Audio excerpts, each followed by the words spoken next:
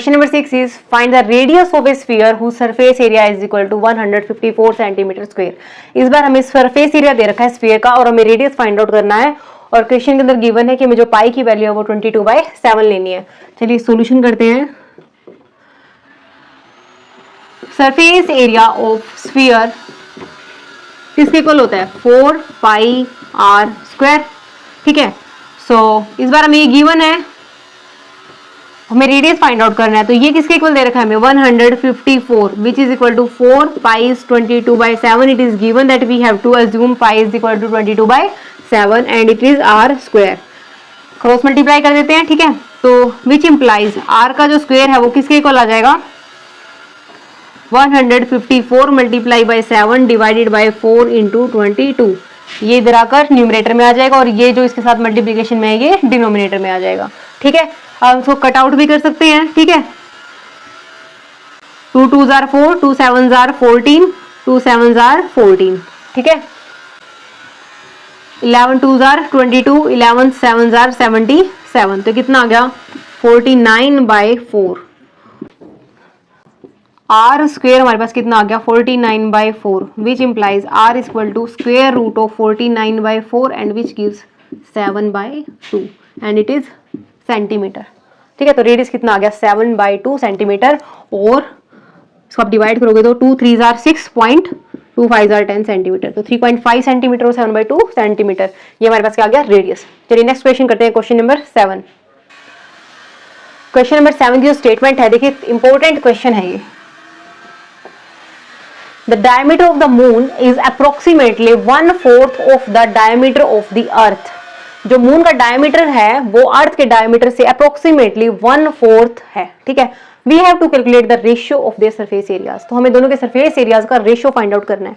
ठीक है, तो सबसे पहले हम क्या लिखते हैं let the diameter of the अर्थ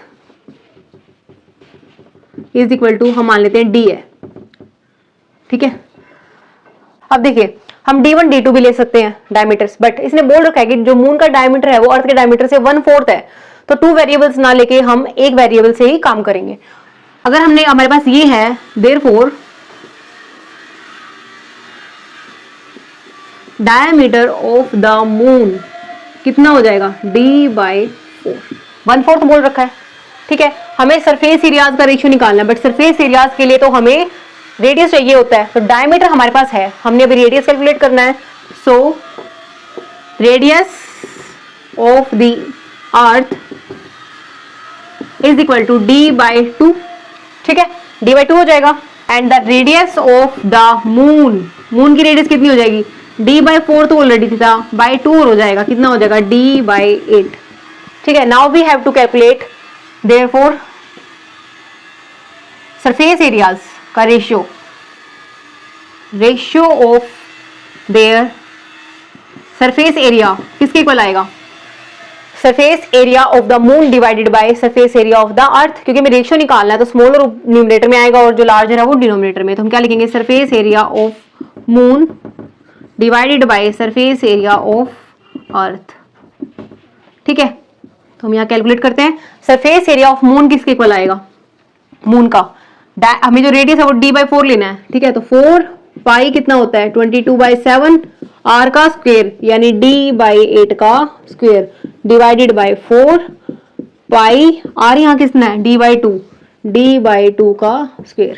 अब देखिए ये इससे कैंसिल आउट हो गया, ये इससे as it is cancel out हो गया। ये क्या आएगा d² का स्क्वायर मीन्स 64 मल्टीप्लाई बाय। अब देखिए अगर हमारे पास कुछ इस टाइप की टर्म हो a/b डिवाइडेड बाय c/d, अगर कुछ ऐसे टर्म हो तो हम क्या करते हैं a/b तो एज इट इज रहता है, ये c डिनोमिनेटर में रहेगा और ये जो यहाँ है वो ऊपर शिफ्ट हो जाता है, या यू कैन से दैट ये रेसिप्रोकल हो जाता है, d/c हो जाता है। ठीक है, तो इसी तरीके से हमें उसको सोल्व करना है अभी। सो हम कैसे करेंगे देखिए, ये जो d² है ये तो नीचे रह जाएगा और ये 2 है जो यानी 2 का स्क्वायर 4 ये चला जाएगा न्यूमरेटर में, d² से d² कैंसिल आउट, ये से कैंसिल आउट हो जाएगा। 4 1 6 4, 4 6 are 24, तो 1/16 आ गया विच मीन्स 1:16, 1:16 का रेशियो हो गया। ठीक है, सो जो सरफेस एरिया है मून का अर्थ के साथ ठीक है, उसका जो रेशियो है वो कितना है 1:16 का रेशियो। चलिए नेक्स्ट क्वेश्चन करते हैं, question number 8। Question number 8 is a hemispherical bowl is made of steel 0.25 thick, ठीक है, इतने centimetre thick. The inner radius of the bowl is 5 centimeter and we have to calculate the outer curved surface area of the bowl। देखिए हमारे पास कोई एक hemisphere है, ठीक है, इसका जो इनर रेडियस है वो कितना दे रखा है हमें 5 सेंटीमीटर, ठीक है, इनर, ये थोड़ा थिक है ऐसे।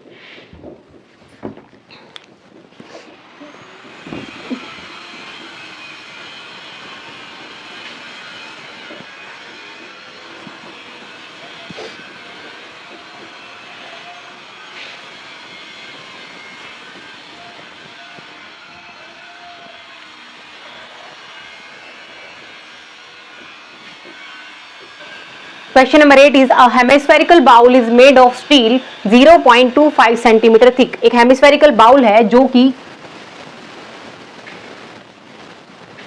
थिक है, ठीक है, 0. ये जो विड्थ है इसकी है 0.25 सेंटीमीटर, ठीक है।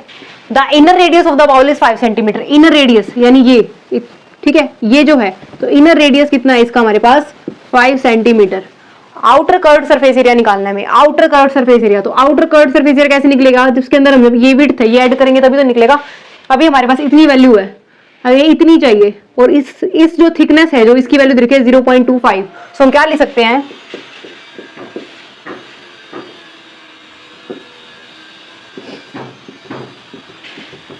Inner radius of bowl is equal to 5 centimetre, thickness कितनी दे रखी है 0.25 सेंटीमीटर। तो टोटल जो रेडियस आ गई इनर के लिए, ठीक है, टोटल रेडियस ऑफ बाउल कितनी आ गई 5 plus 0.25 which is equal to 5.25 centimetre, ठीक है।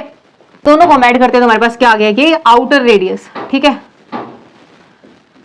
हमें निकालना क्या, आउटर कर्व्ड सरफेस एरिया निकालना है। इनर का निकालते तो सीधा ये रेडियस हमें दे रखा था, इसको यूज कर लेते हैं। इसने आउटर पूछा है तो जो थिकनेस है वो इनर के अंदर ऐड कर देंगे तो आउटर रेडियस आ जाएगी, तो उससे हम आउटर कर्व्ड सरफेस एरिया निकाल सकते हैं। So outer curved surface area of hemispherical bowl किस इक्वल होता है, curved surface area 2 pi r का स्क्वायर।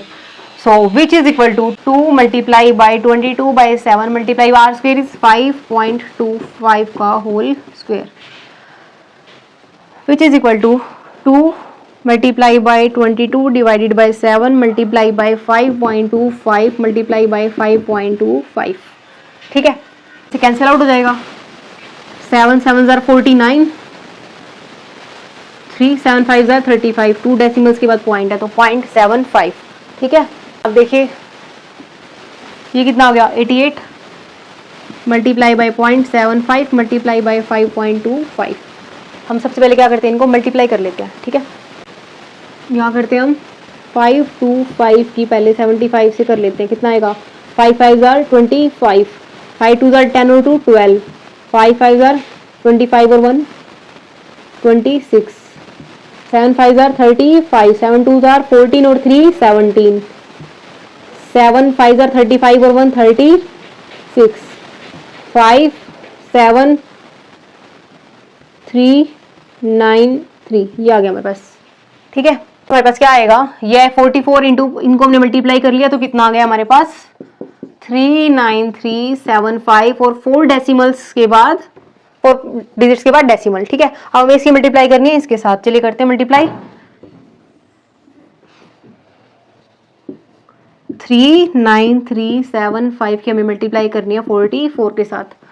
4 5 are 20, 2 7 4 are 28 और 2 30, 4 3 are 12 और 3 15, 1 4 9 are 36 और 1 37, 4 3 are 12 और 3 15। अगेन 4 से करनी है तो सेम वैल्यूज आएंगी, 0 0 5 7 5 12, 1 8 और 5 13, 7 और 1। तो क्या लिख सकते हो अब 173250 और पॉइंट के कहाँ है 4 के बाद 4 डिजिट्स, तो इतने सेंटीमीटर स्क्वायर, ठीक है। क्योंकि देखिए इसको आप अगर ये सरफेस देखना चाहो तो देखो इसको आप ऐसे भी ड्रॉ कर सकते हो, तो ये जो पोर्शन है ना, ये थिकनेस है इस बाउल की, और थिकनेस हमारे पास गिवन है 0.25 और इनर रेडियस हमारे पास गिवन है। ठीक है, तो अगर मैं इसके अंदर इस थिकनेस को ऐड कर दूं तो आउटर रेडियस आ जाएगा। ठीक है, चलिए नेक्स्ट क्वेश्चन करते हैं। Next question is the last question of this exercise. देखिए क्वेश्चन नंबर 9 क्या है, a right circular cylinder just encloses a sphere of radius R. एक राइट सर्कुलर सिलेंडर है जिसके अंदर एक स्फीयर है जिसका रेडियस आर है। हमारे पास 3 इसमें पार्ट्स हैं। फर्स्ट क्या है, सरफेस एरिया निकालना है स्फीयर का, second is curved surface area निकालना है सिलेंडर का, and the third is ratio निकालना है जो दोनों एरियाज आए हैं उनका। आप देखिए ये जो है कितना हमारे पास स्मॉल आर दे रखा है ये, ठीक है, तो ये भी स्मॉल आर ही होएगा और ये भी स्मॉल आर ही होएगा। ठीक है, तो अब देखिए जो फर्स्ट पार्ट है उसका जो सॉल्यूशन है वो क्या होगा, surface area of sphere, surface area of sphere having the radius R किसके इक्वल होता है 4 पाई आर का स्क्वायर। हो गया पहला पार्ट।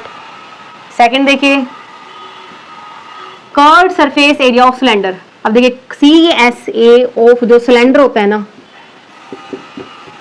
वो किसके इक्वल होता है 2 pi R H. R is the radius and H is the height of the cylinder. अब हाइट क्या है ये, तो यहाँ पर H किसके इक्वल है हमारे पास R plus R which is equal to 2 times of R, which implies curved surface area जो होगा सिलेंडर का कितना आ जाएगा 2 पाई R, R और H की जगह 2R which is equal to 4 times 4 pi R का स्क्वायर, 4 पाई R स्क्वायर। ठीक है, अब हमें क्या निकालना है, थर्ड पार्ट देखिए रेशियो निकालना है एरियाज का फर्स्ट और सेकंड का। तो फर्स्ट का जो सरफेस एरिया है, surface area of sphere divided by curved surface area of cylinder, ये निकालना है हमें, which is equal to 4 pi R का square divided by 4 pi R का स्क्वायर, कैंसिल आउट 1:1।